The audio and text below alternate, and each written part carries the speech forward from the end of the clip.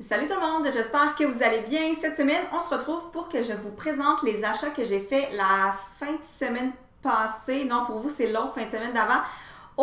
À l'événement du magasin scolaire organisé par mes amis Jason, Karine, Anne-Marie, Stéphanie et Madeleine. D'abord, je tiens à les féliciter pour cet événement absolument merveilleux. C'était vraiment génial. C'était tellement une bonne idée et un événement rassembleur pour tous les profs pour qu'on puisse s'échanger du matériel qui nous sert plus. Donc moi, j'ai eu la chance. J'ai donné du matériel pour l'événement, puis j'ai eu la chance d'y aller pour m'en procurer d'autres. Donc aujourd'hui, je vous présente ce que j'ai trouvé. Pour la plupart, c'est des livres. Donc les deux premiers que j'ai achetés, c'est le tome 2 et le tome 3 de Marie Quatre Poches parce que j'ai le premier dans ma bibliothèque de classe, puis j'avais envie d'offrir aux élèves la suite, parce que c'est toujours intéressant si ils peuvent lire les autres livres d'une même série. Donc je pense qu'ils m'ont coûté 1$ pour les deux. C'était vraiment pas cher. C'était tellement abordable. Je pense que tout ce que j'ai acheté, que je vais vous présenter aujourd'hui, m'a coûté genre moins de 20$, ce qui est totalement ridicule. Puis pour la plupart, là, c'était vraiment du matériel de qualité, puis encore en bon état. Donc voilà, le tome 2 et le tome 3 de Marie Quatre Poches. Ensuite, je suis tombée sur un exemplaire de Cyrus, l'encyclopédie qui raconte. C'est vraiment plaisant ce genre de livre-là. Des fois, il me reste 5 minutes à la fin de la journée. Je pose une question aux élèves, on fait des hypothèses, puis on va voir la réponse à l'intérieur de ce livre-là. Je pense que j'en ai déjà un dans ma bibliothèque de classe. Pour les enfants qui aiment les documentaires, qui aiment s'informer, tout ça, c'est toujours super intéressant. Donc celui-là, c'est le numéro 5, mais bon, peu importe, ils sont tous super intéressants. J'ai trouvé aussi le tome 1 de La vie compliquée de Léa Olivier. Encore une fois, vraiment pas cher, le 2 ou 3$ en super bon état. C'est une série qui intéresse mes élèves, mais j'en ai aucun dans ma bibliothèque de classe, fait que je vais commencer ma série avec celui-là. Et puis moi non plus, je les ai jamais lus, je crois. Est-ce que j'ai déjà lu? Je pense que j'ai lu le 1 pour me faire une petite idée, mais j'ai pas lu la suite. Donc voilà, toujours intéressant. Et le tome 1 aussi de La Jean-Jean.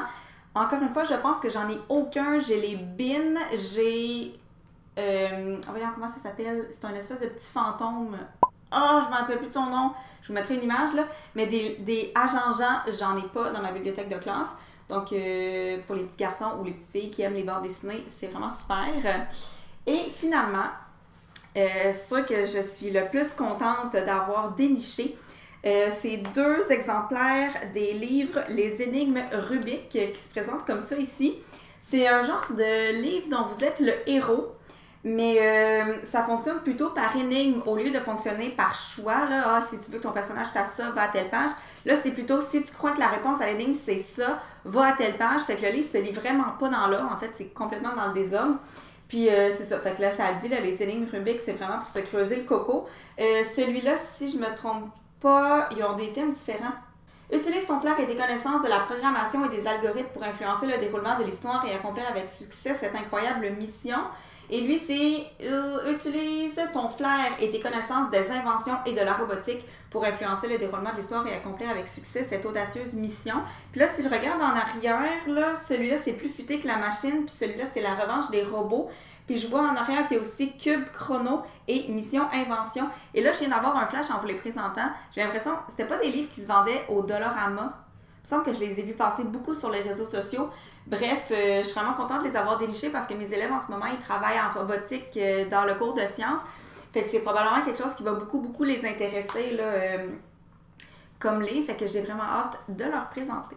Il y a un item que je ne peux pas vous présenter parce que je ne l'ai pas avec moi et c'est un jeu de Twister. Dans le fond, je l'ai trouvé là, dans la section des jeux. Il était 1$ seulement.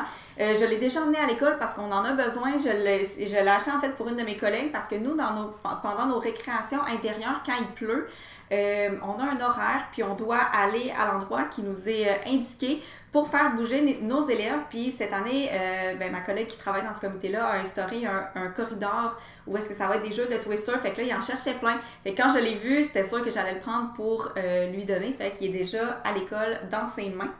Puis les 2 dernières choses que j'ai trouvées dans le fond, c'est un petit panier. Comme ça ici, là, il est en tissu, là, il est mou. Puis je vais l'utiliser pour mettre mes planches à pince. J'en ai comme une quinzaine, puis je ne sais jamais où les placer. Ça tient pas debout nulle part. Fait que je pense que je vais les mettre à l'intérieur de ce petit panier-là, en dessous d'un bureau, en dessous d'une table, en quelque part, pour que les élèves puissent y avoir accès tout le temps. Parce qu'en ce moment, ils sont comme dans un armoire, puis les élèves, ils pensent pas tout le temps de les utiliser. Fait que je vais probablement essayer de les mettre là-dedans. Là. J'ai l'impression que je peux en rentrer plusieurs là-dedans. Et ma dernière trouvaille, attention, c'est vraiment un caprice. Puis pour vrai, c'était dans une section où est-ce qu'il y avait des cahiers d'exercice et des manuels. Dans le fond, ils n'étaient pas à vendre parce qu'on reçoit souvent ça gratuitement à nous autres, les enseignants. Fait que dans le fond, c'était un endroit où on pouvait faire des dons. On pouvait donner ce qu'on voulait dans le fond par rapport à ce qu'on prenait dans ce bac-là. Puis j'ai pas pu m'empêcher de prendre un exemplaire de mémo. Vous rappelez-vous de mémo? Ceux qui sont de ma génération, vous avez probablement travaillé avec ça quand vous étiez au primaire. J'ai pas pu m'empêcher, c'est complètement ridicule, là, je l'utiliserai jamais. Mais juste d'avoir un exemplaire de mémo, ça me fait vraiment plaisir. Puis celui-là, je m'en rappelle vraiment. Tu sais, il y en avait plein d'exemplaires. Puis quand j'ai vu celui-là, je me suis dit, OK, that's it. Là, je me rappelle exactement de celui-là. Fait que voilà, vous me direz dans les commentaires là, ceux qui ont utilisé Memo. Moi, j'ai utilisé Memo tout mon primaire. C'est juste que plus on vieillissait, le plus... il était un petit peu moins bébé dans le fond. Là, je pense qu'en 5-6e année, c'était Memo Mag que ça s'appelait.